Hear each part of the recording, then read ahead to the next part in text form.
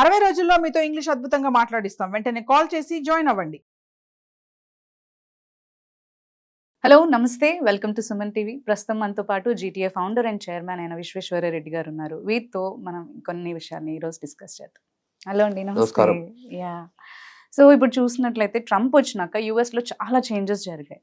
అయితే ఈ చేంజెస్ని అంటే స్టూడెంట్స్ పట్ల ఈ చేంజెస్ అన్నీ కూడా చూసి మిగతా కంట్రీస్ కూడా ఇదే ధోరణిలో ఏమైనా వెళ్తున్నాయి అంటారా? అంటే మనం చూసాం స్టూడెంట్స్ని వెనక్కి పంపించడం జరిగింది ఇండియాకి. సో మిగతా కంట్రీస్ కూడా ఇవి చూసి ఏమైనా స్టెప్ తీసుకుంటున్నాయి అంటారా ఇలాంటివి? అంటే టిపికల్గా immigration, any country immigration they have a framework of laws. Okay. Especially US immigration ఏంటంటే కన్సర్న్, అంటే major concern as US immigration, rest is Europe. So ఇమీడియట్గా ట్రిగ్గర్ అయింది యూరప్, ఎస్పెషల్లీ ఇంగ్లాండ్లో రైడ్స్ చేశారు. దాని మీద కాంటెక్స్ట్ మీద ఎక్కువ చర్చ జరుగుతుంది. యుఎస్ ఇమిగ్రేషన్ లాలో లీగల్ ఇమిగ్రేషన్, ఇల్లీగల్ ఇమిగ్రేషన్ ఉంటుంది. సో లీగల్ ఇమిగ్రేషన్ వెళ్ళే వాళ్ళకి ఏమాత్రం ఇబ్బంది లేదు. ఇల్లీగల్గా కంట్రీ లోపలికి ఎంటర్ అయిన వాళ్ళను ఆర్ లీగల్గా ఎంటర్ అయ్యి ఇల్లీగల్ అయిన వాళ్ళను డిపోర్ట్ చేస్తున్నారు టిపికల్గా. So the country always they go by laws. It's law of the land అంటారు అమెరికాది. And the laws are very strict. Once they decide that ఫ్రేమ్ వర్క్లోనే, ద రెగ్యులేషన్స్లోనే, ఆ పాలసీలోనే యాక్ట్ చేస్తుంటారు. సో ఇన్ సిమిలర్ లైన్స్లో ద వరల్డ్లో కొన్ని కంట్రీస్లో ఇమిగ్రేషన్ లా ప్రివేల్ అవుతుంటుంది బిగ్ టైం. ఎందుకంటే ఆ కంట్రీలో ఉన్న నీడ్స్ని బట్టి డిపార్ట్మెంట్ ఆఫ్ లేబర్ క్రియేట్ చేస్తుంది ఇమిగ్రేషన్ ప్రోగ్రామ్స్. డాక్టర్స్ నీడ్స్ ఉన్నాయా, లాయర్స్ నీడ్స్ ఉన్నాయా, లేకపోతే ఐటీ ఇంజనీర్స్ నీడ్స్ ఉన్నాయా, లేకపోతే students expectation. Bottom line country flourish కావడానికి కోసం ఇమిగ్రేషన్ పాలసీస్ని డిజైన్ చేస్తారు. ఆ ఫ్రేమ్ వర్క్లోనే వేరియస్ కంట్రీస్ ఉన్నాయి.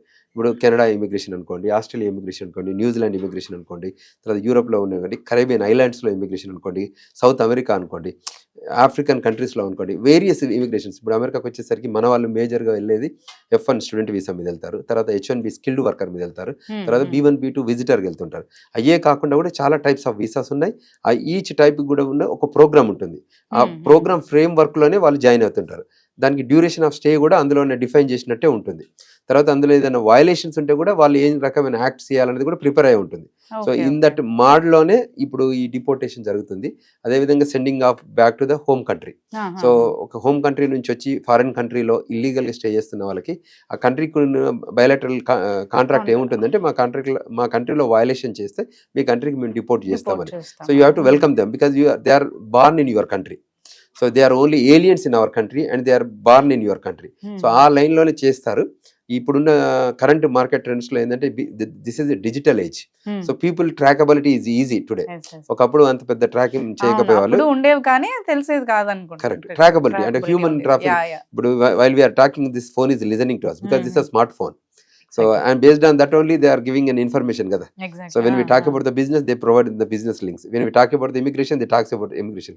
So in similar lines, world lo you go around wherever is the place, the IP trackability untaru kabatti.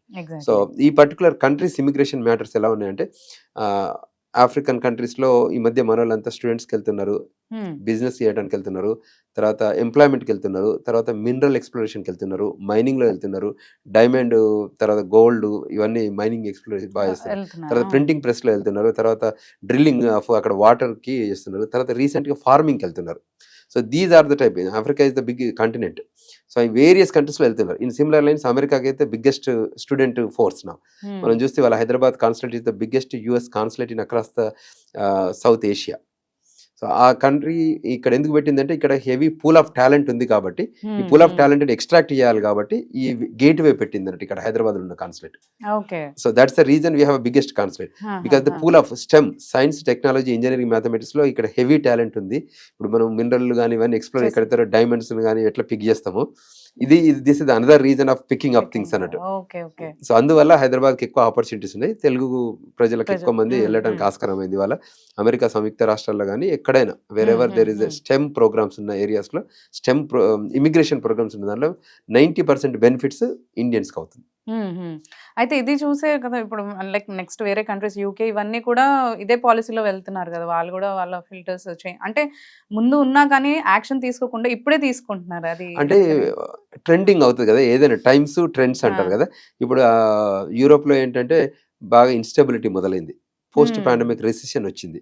So Okay. Employment ఎలా ఉందని reevaluate చేస్తుంది. ఏదైనా country monthly వాళ్ళు ఏం చేస్తుంటారంటే టిపికల్గా డిపార్ట్మెంట్ ఆఫ్ లేబర్ ఉంటుంది ప్రతి కంట్రీలో కూడా ఒక లేబర్ Okay. డిపార్ట్మెంట్. వాళ్ళు ఎవాల్యుయేట్ చేస్తారు what is the scarcity of the people. ఈ కంట్రీలో ఏ జాబ్స్కి ఎక్కువ స్కేర్ సిటీ ఉంది, ఉంది. అవి ఎలా ఏ రకంగా మనం cater the needs of the scarcity అన్న Yes. రేంజ్లో.